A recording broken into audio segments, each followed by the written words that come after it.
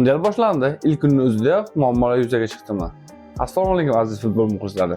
Siz Borgap podkast YouTube kanalidasiz. Nihoyat millionlab muxlislar kutgan lahza yetib keldi.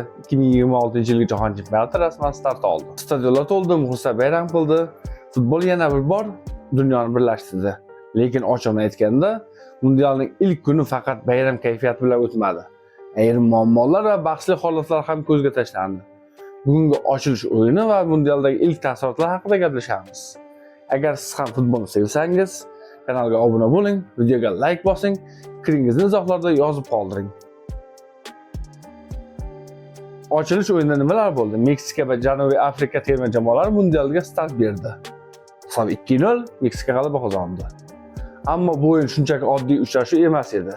Qiziq tomoni 2010-yilgi Jahon chempionatida ham aynan shu ikki jamoa o'yini bilan boshlangan edi. Oradan 16 yil o'tib tarixini takrorlandi. 80 mingdan ortiq muxlis stadionga yig'ildi. Atmosfera ajoyib edi. Biroq maydondagi asabiylik ham darrov sezildi. Ilk muammo chiptalar narxi. Ko'pchilik muxlislarning eng katta e'tirozi chiptalar narxiga bo'lmoqda. Ayrim uchrashuvlarga kirish narxi juda qimmat. Ko'plab muxlislar Mundialga borishni xohlaymiz, lekin narxlar bunga yo'l qo'ymayapti deb yozmoqda. Axir futbol oddiy insonlar uchun-ku. Aynan shu sabab FIFA tanqid ostida qolmoqda. Viza masalasi ham bahslarga sabab bo'lmoqda. Mundial boshlanishidan oldin ayrim muxlislar va rasmiylar AQShga kirishda qiyinchiliklarga duch keldi.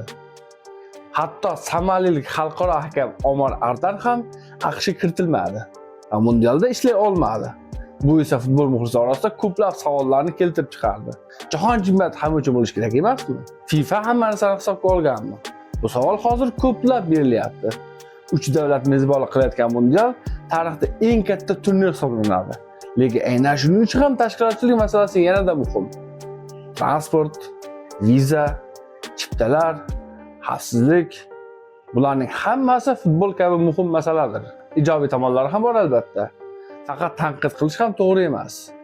Bu Mundialning eng katta yutug'i yangi davlatlarga imkoniyat berilgani. Eng muhimi esa O'zbekiston tarixda ilk bor jahon chempionatida qatnashmoqda. Bu biz uchun allaqachon tarixiy natija. Millionlab o'zbekistonlik muxlislar ilk bor Mundialni boshqacha hissiyot bilan kuzatmoqda. Shu o'rinda o'zbekistonlik muxlislarga murojaat. Do'stlar, bu bizning birinchi Mundialimiz. Shuning uchun natijalardan qat'iy nazar terma jamoamizni qo'llab-quvvatlashda davom etaylik. Katta futbolga kirib kelishning o'zi ham katta yutuq. Eng asosiy tajriba to'plash va oldinga qadam tashlash. Xulosa shuki, xullas Mundial boshlandi. Futbol bayrami ham boshlandi. Lekin ilk kunning o'zida ayrim muammolar ham yuzaga chiqardi. Qimmat chiptalar, viza bilan bog'liq savollar, tashkilotchiga oid tanqidlar, ammo bularning barchasiga eng yaxshi javobni futbolning o'zi beradi. Oldinda bizni yana ko'plab gollar, sensatsiyalar va unutilmas o'yinlar kutmoqda. Sizningcha 2026-yil Jahon chempionatida tarixdagi eng zo'r Mundial bo'ladimi? Fikringizni izohlarda yozing. Borgap podkast kanaliga obuna bo'ling, like bosing va keyingi tahlillarni o'tkazib yubormang.